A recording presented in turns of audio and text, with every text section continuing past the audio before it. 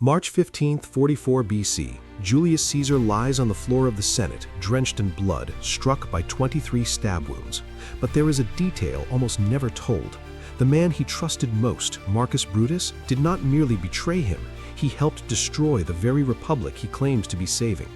This is the story of how a single decision, made amid chaos, triggered the collapse of 500 years of Roman civilization. The streets of Rome seethe with tension.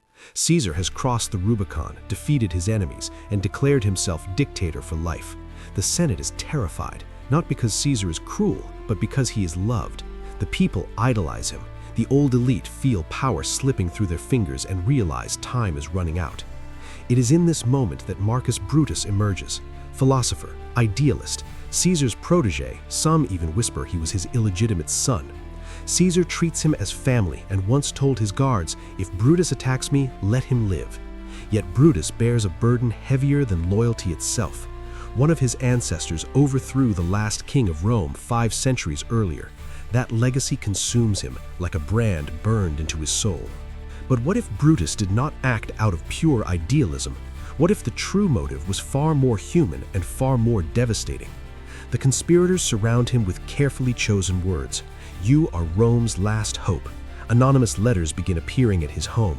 "Remember your ancestor, save the republic." What they knew and exploited without mercy was an uncomfortable truth.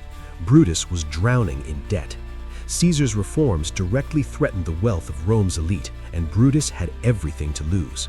On the Ides of March, they close in on Caesar.